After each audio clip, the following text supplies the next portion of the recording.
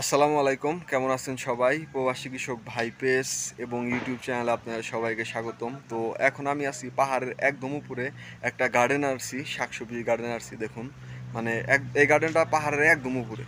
মনে করেন যে এখানে হয়েছে কি, পাহাড়ের উপরে আপনার ভেকু দিয়ে সমান করে টেবিল ফালিয়ে দেখুন কত উন্নত প্রযুক্তিতে কৃষিকাজ করা হয়েছে। এটা হচ্ছে মালয়েশিয়ার ক্যামেরুন হাইল্যান্ড। যারা আপনারা মালয়েশিয়ার ক্যামেরুন হাইল্যান্ডের এদিকে থাকেন তারা জানেন যে মালয়েশিয়াতে কিভাবে কৃষিকাজ করা হয়। ক্যামেরুন হাইল্যান্ডের এদিকে হইতেছে কি আপনার কোনো মাঠ বা ক্ষেত, ঠিক আছে, এইসব কিছু নাই। এখানে হইতেছে আপনার পাহাড়ের উপরে অনেক উন্নত প্রযুক্তিতে কৃষিকাজ করা হয়, ঠিক আছে, টেবিল ফালিয়ে। তো আপনারা যারা মালয়েশিয়াতে কৃষিকাজের উদ্দেশ্যে আসবেন, ঠিক আছে, তাদের কিন্তু এরকম করে শাকসবজি চাষ করতে হবে, যেমনটা আপনারা এই ভিডিওতে দেখতে পাচ্ছেন।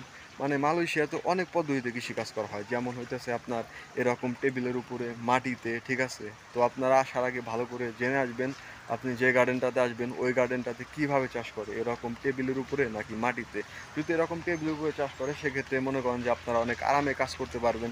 আর যদি মাটিতে চাষ করে সেক্ষেত্রে একটু কষ্ট হবে, কিন্তু মনে করেন যে মানে কাজ করতে পারবেন, কোনো সমস্যা হবে না, ঠিক আছে। তো মালয়েশিয়াতে কিন্তু অনেক কিছু চাষ করা হয়, যেমন এরকম শাকসবজি আছে, তারপরে স্ট্রবেরি আছে, টমেটো আছে, শসা আছে, তারপরে ফুল আছে, বিভিন্ন পদ্ধতির ফুল আছে, ঠিক আছে, বিভিন্ন রকমের ফুল আছে। তো এগুলাও মনে করেন যে মালয়েশিয়াতে চাষ করে। এগুলো এরকম টেবিলের উপরেও চাষ করে, আবার হচ্ছে মাটিতেও চাষ করে, ঠিক আছে। বেশিরভাগ গার্ডেনে এখন এরকম টেবিলের উপরে চাষ করে, উন্নত প্রযুক্তিতে চাষ করে। অল্প সংখ্যক গার্ডেন আছে যে সকল গার্ডেন হইতেছে আপনার মাটিতে চাষ করে, ঠিক আছে।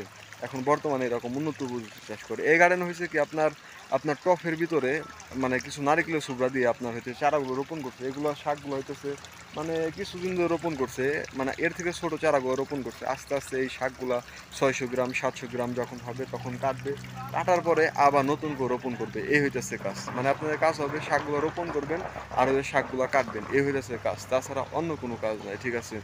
তো আপনাদের ডিউটি হবে সকাল 7:30 থেকে বিকেল 6:30 পর্যন্ত, এর ভিতরে 1 ঘন্টা লাঞ্চের টাইম পাবেন, ঠিক আছে। আপনাদের বেতন হবে 1800 থেকে 1900 রিঙ্গিত। কিছু কিছু গার্ডেনে আছে 2000-2200 রিঙ্গিতও বেতন পাওয়া যায়। এটা গার্ডেনের উপর নির্ভর করে এবং বসের উপর নির্ভর করে। গার্ডেনের বস যদি ভালো হয় সেক্ষেত্রে মানে সুখের কোনো শেষ নাই, শান্তির কোনো শেষ নাই, কাজ করেও শান্তি, সব দিকেও শান্তি, ঠিক আছে। আর গার্ডেনের বস যদি খারাপ হয় সেক্ষেত্রে কাজ করা অনেক কষ্ট, ঠিক আছে। মনে করেন যে কোন দিকে শান্তি নাই, ঠিক আছে।